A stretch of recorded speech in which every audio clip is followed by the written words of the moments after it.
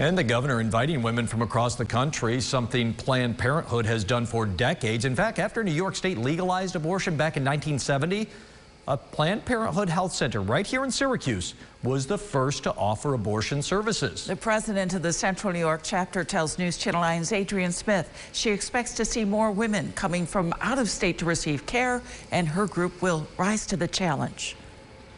From the moment Michelle Casey became president of the Central New York Planned Parenthood, her focus has been giving everyone equal access to care. People not having access to this important type of health care has devastating impacts on those individuals and their families. Michelle says overturning Roe v. Wade would be detrimental, especially with many family planning centers already overwhelmed. I absolutely think there'll be an influx of patients from other areas. Basically, people have three choices, right? They can not get care, they can self-manage their abortion, or they can travel to some place where they can get care. We would like to see people quicker in some of our centers who have longer waiting times. And with that provider in Syracuse going down, obviously that puts more pressure there before anybody comes from any place else. But Michelle says they will be prepared to care for anyone who needs it, no matter what. We're here, we're open, our doors are open, we're here for you. We're going to do all we can to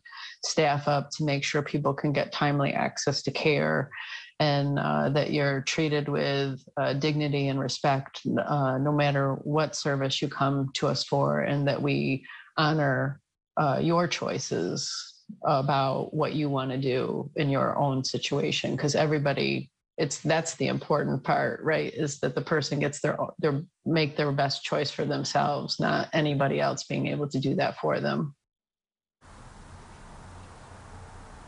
New Hope Family Services, another pregnancy resource center in Syracuse, also responding to that leaked draft. Alliance Defending Freedom, the organization that represents New Hope, sending News Channel 9 the following statement. The alleged leak of the Dobbs opinion is an excusable breach. Alliance Defending Freedom will await the release of the opinion by the Supreme Court as we continue to pray for the overturn of Roe v. Wade. Live in Syracuse tonight, Adrienne Smith, News Channel 9. Adrienne, thank you. And along with trying to recruit and retain more staff, Planned Parenthood is working with Governor Hochul's office and the legislative branch for more funding and resources. If you are in need of care, you can call the Planned Parenthood Syracuse Health Center for resources and support. That number is 866-600-8668.